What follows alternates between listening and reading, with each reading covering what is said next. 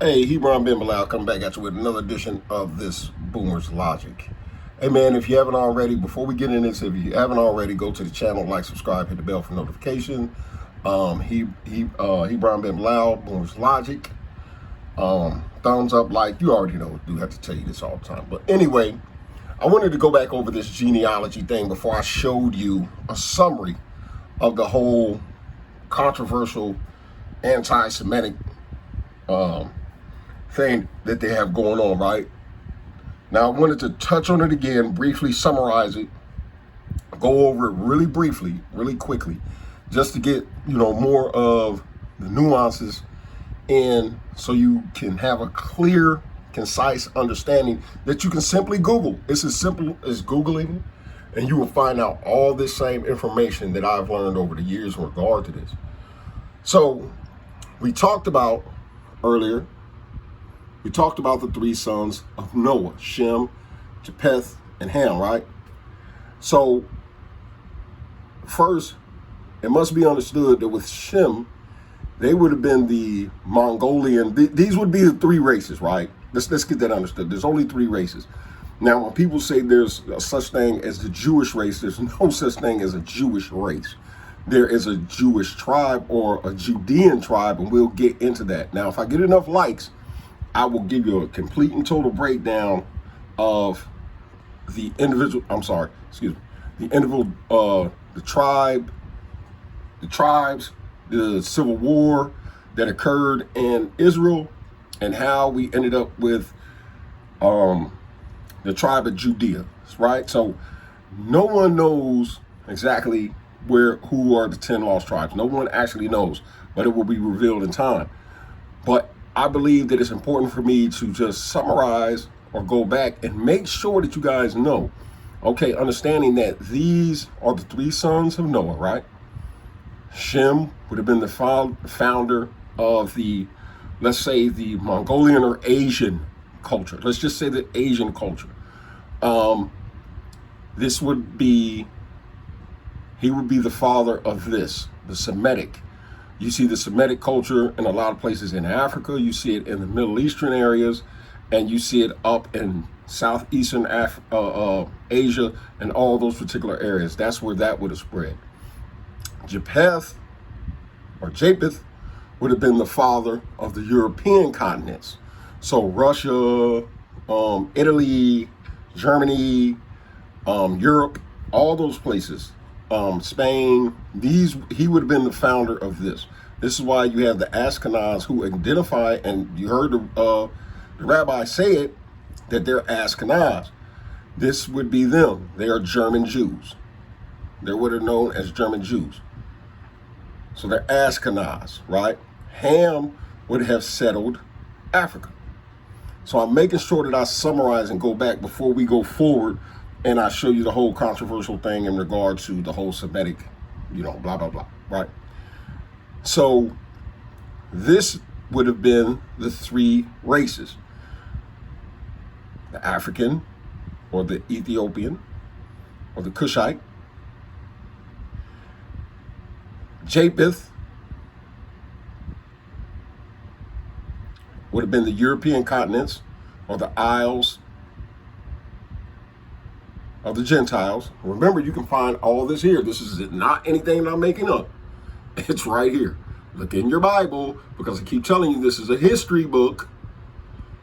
And historians say that this is an actual accurate dispersion, because they were all in the same place at one time, and they all dispersed and went to the same places, or the places that the history book of the Hebrews tell you they dispersed to. And then you would have Shem up here, who was the first son.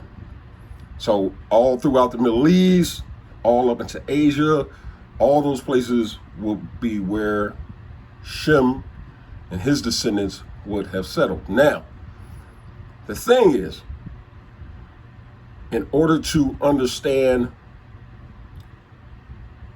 where the Hebrews come from, you have to follow Arphaxad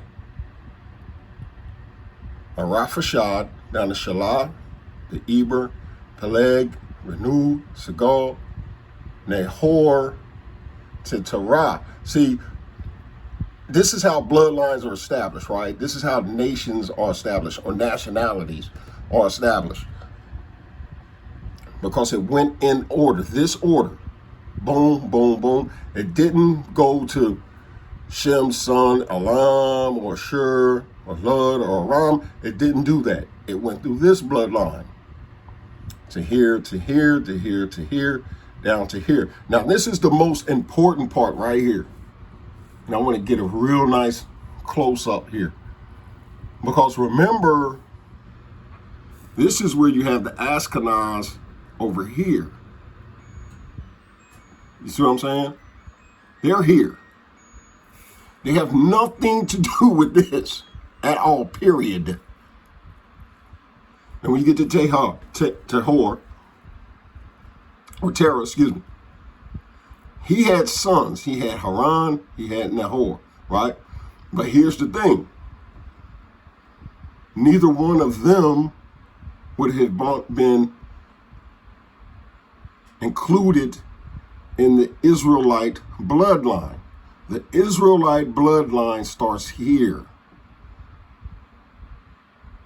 And see, here's the thing, and this is what I used to teach when I was incarcerated. Abraham is not technically a blooded Israelite. Yeah, buddy. Oh, yeah, there you are. All right, buddy. He is not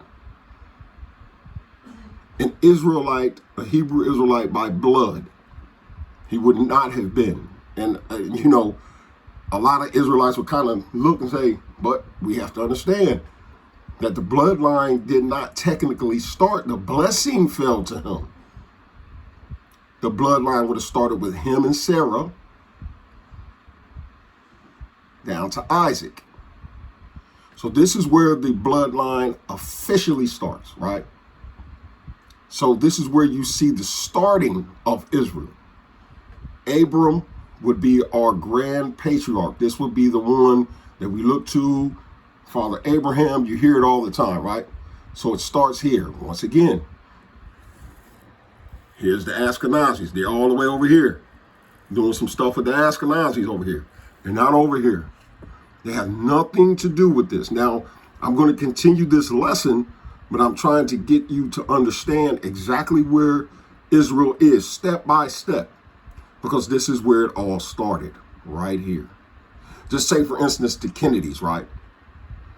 This would have been Kennedy's father, and he was a bootlegger and all that stuff. And he started it all off. And then he gave the money and the position, the political powers that he had, he passed them on to his sons, and his sons were anointed or blessed into that particular thing. So Abraham was blessed by Yahweh. Yahweh gave him a promise that if he left, that he would be the inheritor and the establisher of something great. So Sarah is where the line started, not Hagar. And this is an argument that comes about with Ishmael in regard to Islam. Islam says, no, Ishmael was the firstborn. He was supposed to be the one who inherited. Because in our culture, the Semitic culture, this is true. The firstborn is supposed to be the inheritor. But that's not how it was supposed. That's not how it was predestined to be. So Sarah, who was barren, would have been the establisher. And this is where you get an argument in Hebraic culture where some Hebrews say, a lot of Ashkenazis, and I, for one, as a native-born Hebrew, say this is an indicator that shows you that the bloodline goes through the woman and not the man. Because if not, we would have had Hagar, who would have been selected, and Ishmael would have fell in line. But I say, and a lot of other, you have Ashkenaz, you have other Israelites who say, no, it falls to the woman, right? So because when Sarah was chosen, Yahweh had told Abraham, no, not through her, but through Sarah, because he selected Sarah to be the one as the female who would carry the bloodline, which went down to Isaac. Sarah had one son who was Isaac. Isaac married Rebekah. Now I'm giving you the breakdown in regard to the bloodline. This is very important. Would have married Rebekah, right? They would have had a son. Would have actually had two sons, Jacob and Esau. And most of you who have Bibles already know the story behind Jacob and Esau. We'll get into that in more detail maybe later. But Jacob, Jacob, later known as Israel, would have been the promised, the one who was promised. Once again, Esau would have been the firstborn. They were twins. Esau would have been the first out of the womb, but Jacob or Jacob would have been the one who was granted, and it's a whole messy mix there, but he would have been the one who would have been blessed in regard to carrying on the bloodline of Israel. Or Abraham, the blessing of Abraham would have been come down, here Jacob, here, Jacob would have went and he would have married Leah, Rachel, and he would have married their two handmaids. And through these four women would have come the 12 tribes. And through these 12 tribes would have been birthed the nation of Israel. All of these. So let's back up. It's very important because you have to understand this is where the nation of Israel is birthed out of. Shem, to Araphat. Now remember, Ashkenaz is down here. This is the European Jew. They have nothing to do with what's going on here. Nothing. Zero, zilch, nada. They're still up here chilling. This is us.